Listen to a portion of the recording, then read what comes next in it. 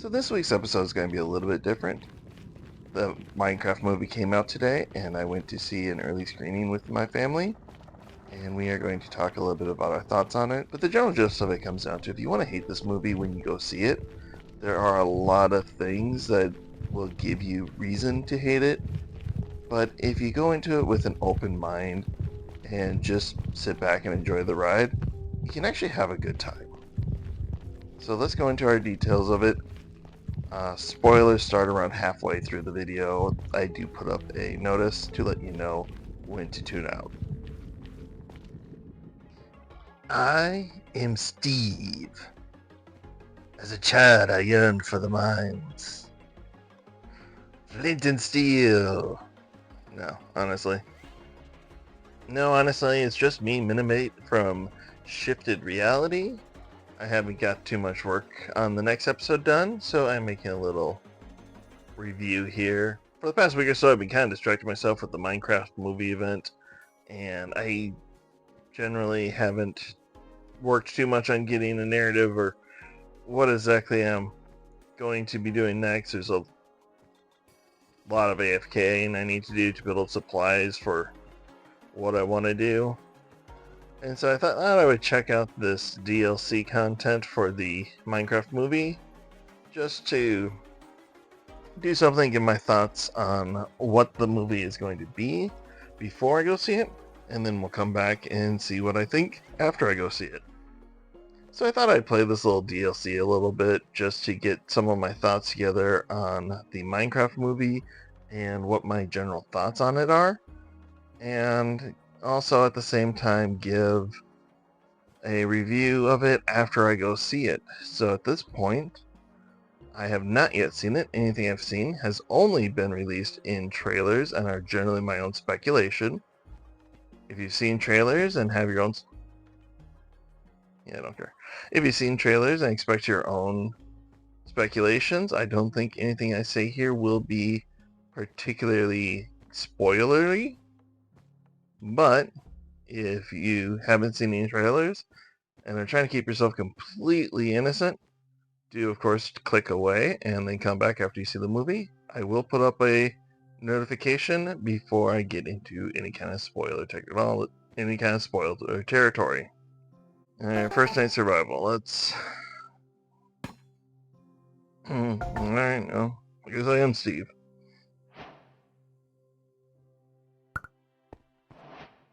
Defeat all mobs to survive the night. Have a crafting table, 2 golden apples, 10 arrows, and a stone sword. Starting.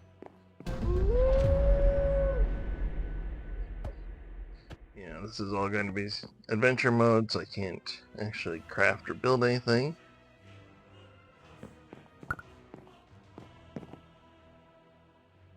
It does say you should be able to craft new gear.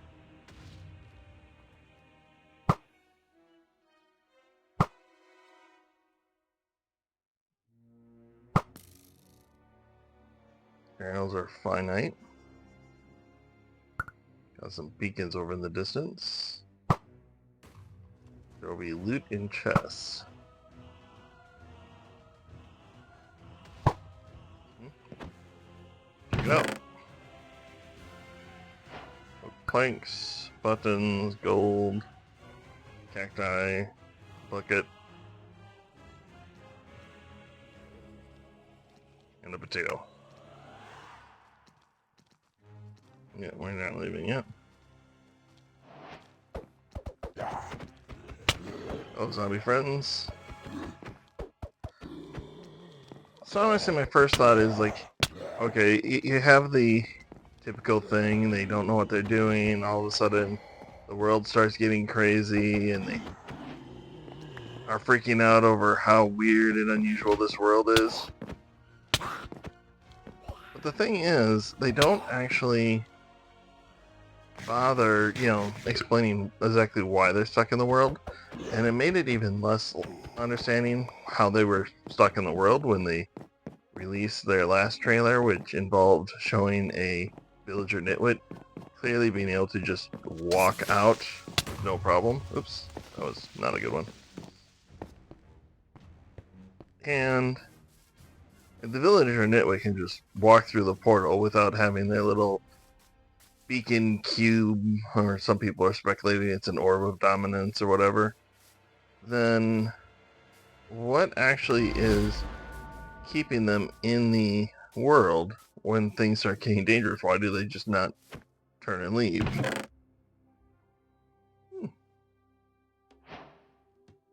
More gold, more potatoes, more cactus.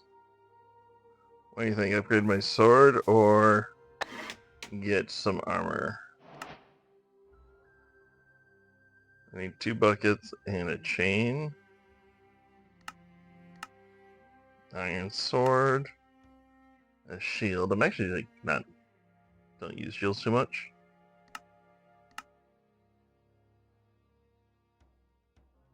So why don't I go ahead and craft the battle axe? Let's start with that.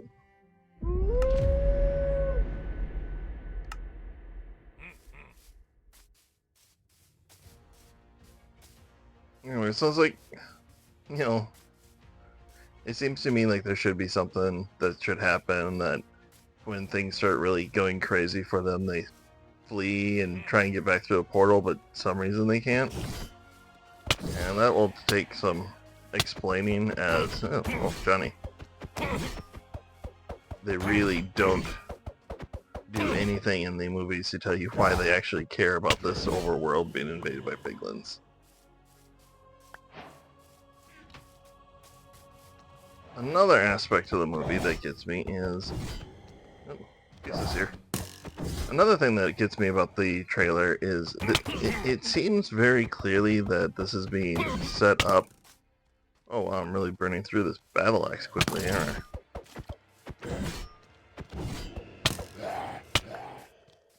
Uh-oh. This isn't good. Gotta retreat.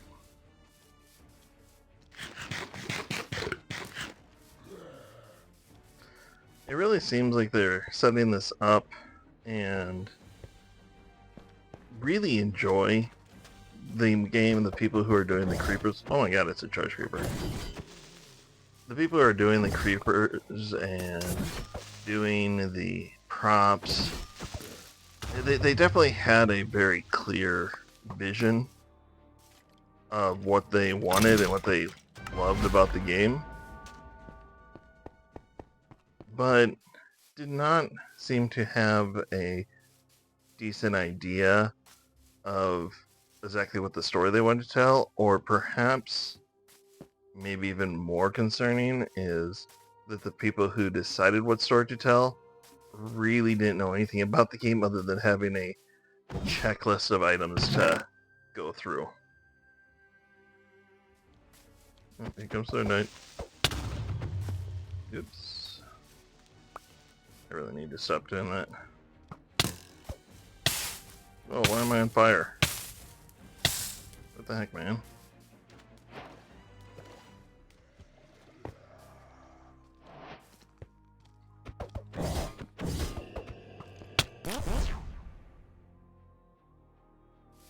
Lost my life.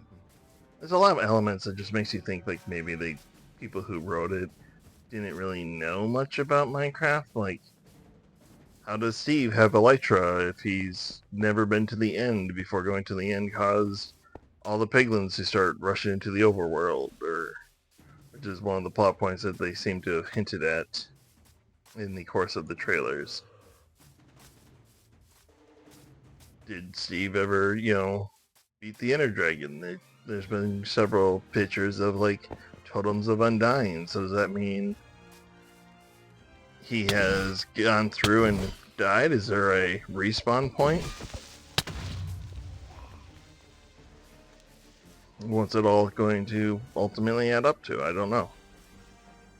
And I feel that, with a lot of the open-ended questions to people who've probably played Minecraft a lot more than whoever wrote this movie seems to have played it, I'm not sure if it's going to be all that satisfying.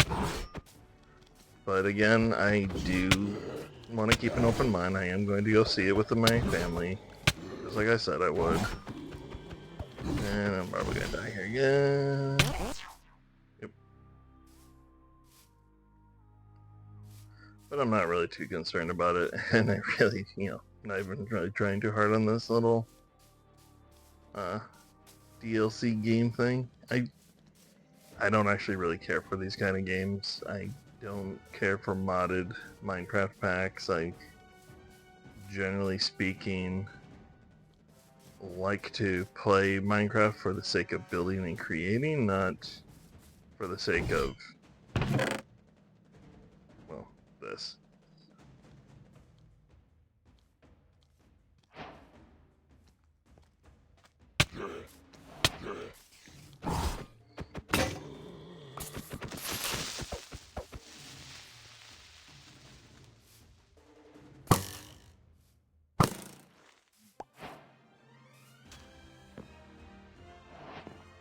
Can't even close the door to keep the mobs out. Alright, back to the stone sword, I guess. And this seems to be another aspect of the movie where it's like, oh, we can just create anything. Can't make bucket trucks until I can find some chain somewhere. Good to know.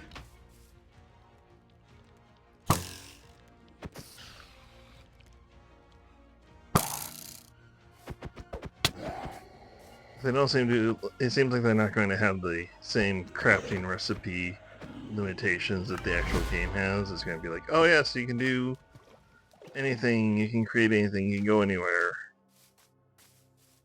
You want to connect 2 buckets with a chain? Go for it. Alright, well, we just got back from the Minecraft movie, and it was amazing. Sorry, a Minecraft movie. Yeah. And so at this point, I guess anything we say could be considered as a potential spoiler.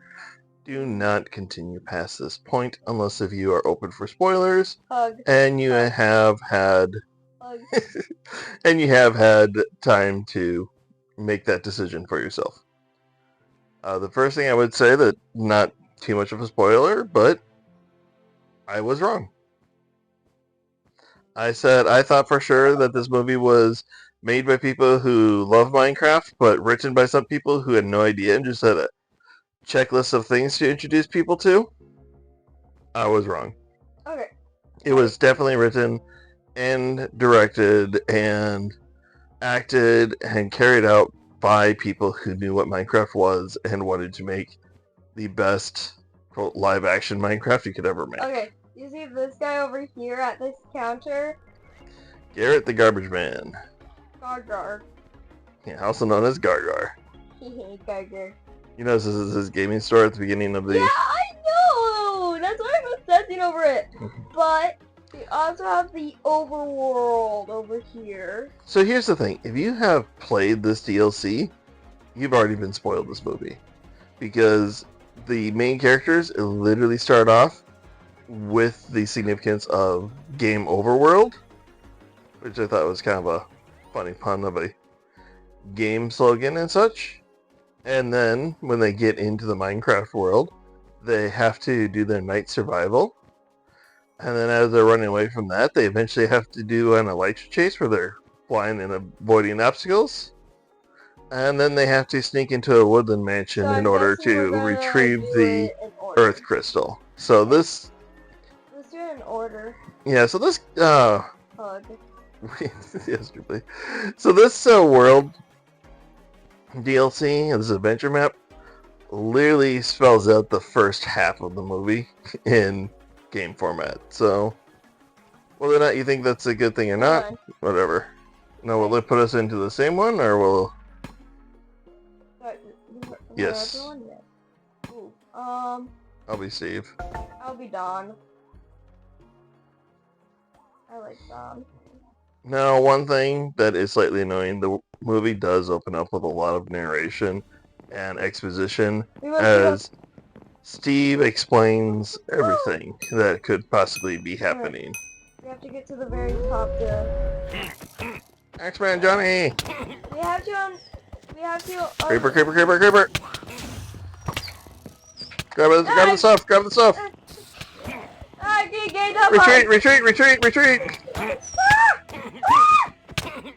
I'm gonna die! Oh god, I'm at 1 heart! I mean, at least we have stuff unlike they did.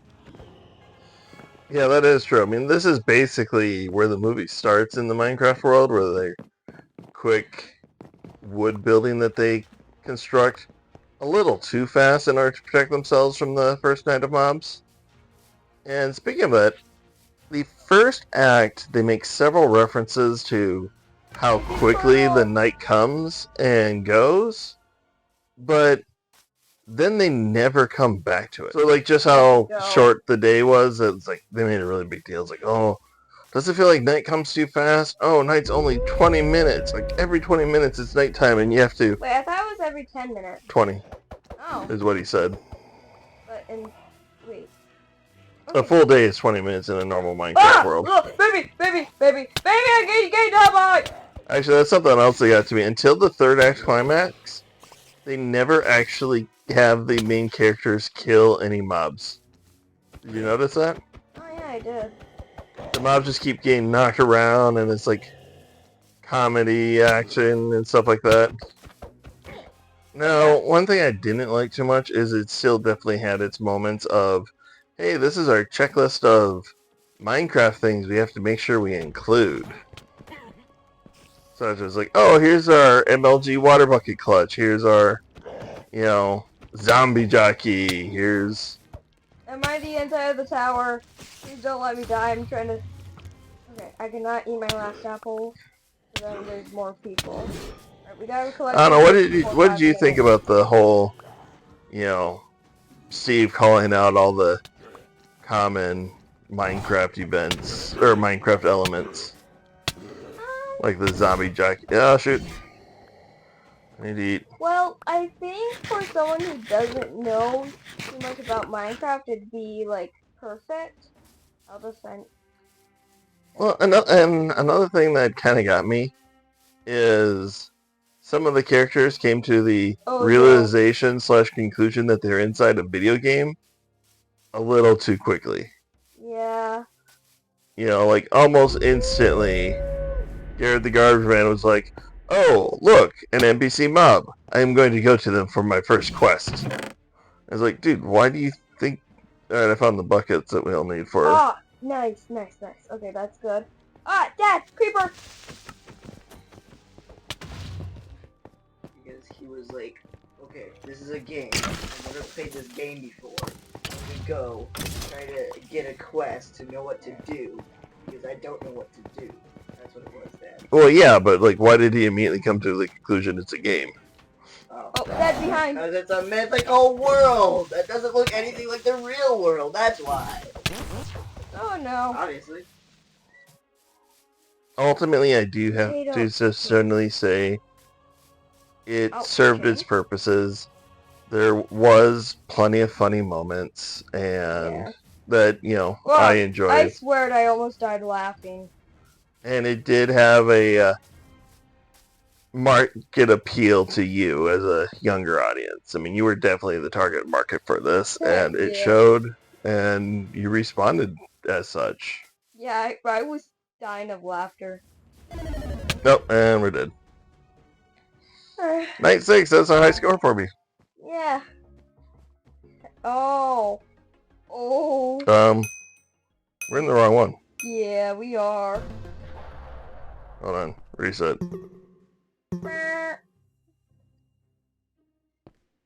We weren't at this point in the movie yet. Yeah. God dang, this is foreshadowing. I'm gonna look at games. This is pretty straightforward. You gotta fly through the canyon, not run into anything. Along the way, there will be rockets to give yourself a boost. Or things that will remove time. I died. And yes, we can only die so many times before. Alright, so the first bend I'm pretty good at. I've practiced with those a lot. So what did you think of the use of the elytra? It was pretty interesting. Oh, I missed it! And I touched down. Pretty interesting when Steve just bapped it on. Oh god, we're wasting so many lives. That was one thing. It was funny, but it was also, inaccurate. not like any game I've ever seen, and overall it was just, it felt out of place. So while there was plenty of moments in that scene where I, would laugh. No, come on. And some of the jokes in that scene were not, I don't think were the most appropriate, honestly. Yeah, I think I might touch down unless if a rocket shows up soon. No, there's no way I can use that one. we're still at 2 lives, even though I just used one. Yeah, I saw that. Useful glitch. Yeah. But yeah, you have to do the... Wanted glitch, specifically. Hey, I got the finish line. Alright. You have 1 life to reach me. Huh? I think my game's glitching now. And just like the movie, it ends in the Panda Reserve. Yeah.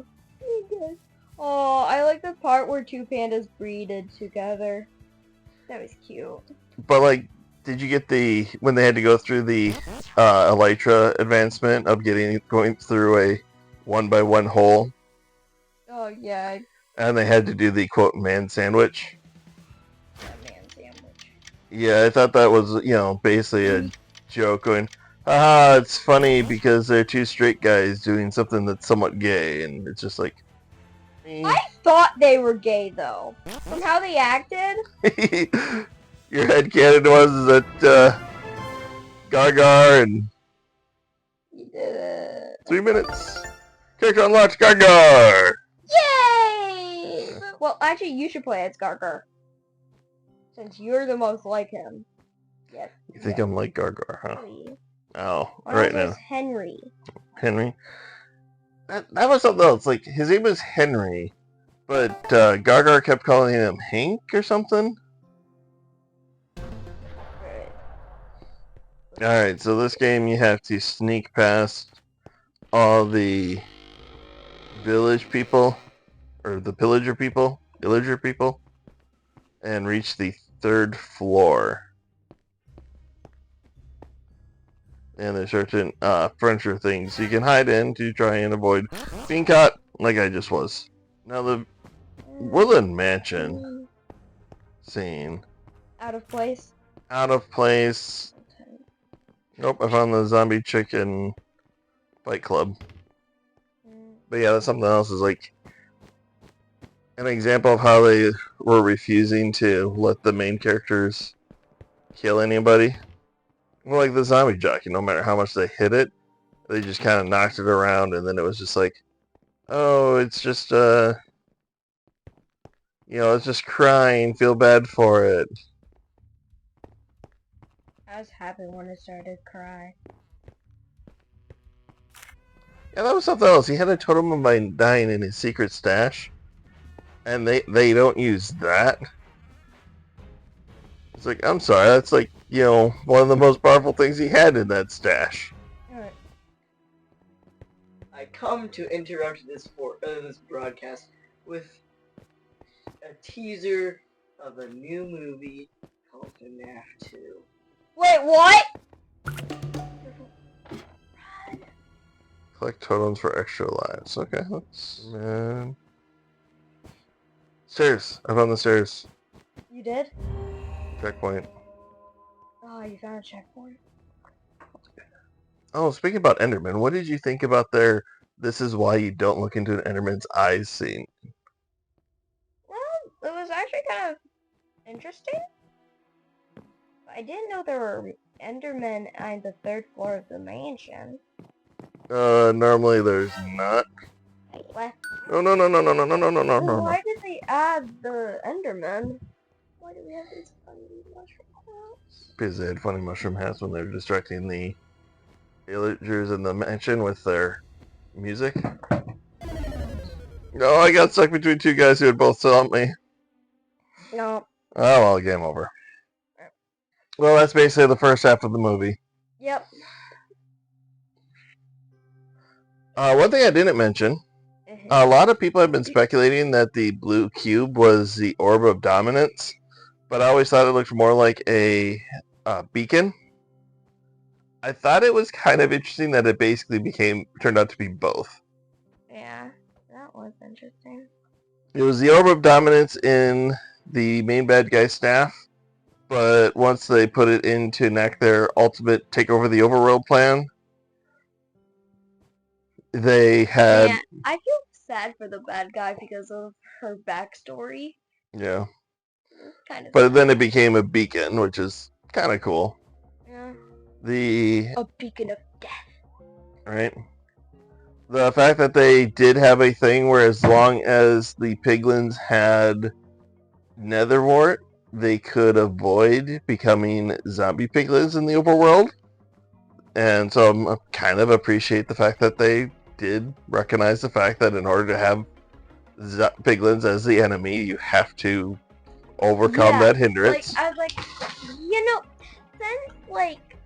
they're piglins, what if they have some sort of potion or something that make it so then they don't turn into zombified piglins? Yep. So that's kind of neat. So yeah, so this DLC is basically the first half of the movie, and the movie event is basically the second half of the movie. There were some story inconsistencies, especially in the let's gear up for the end, but it kind of doesn't really matter. I don't think they were going for Oscar-winning screenwriting.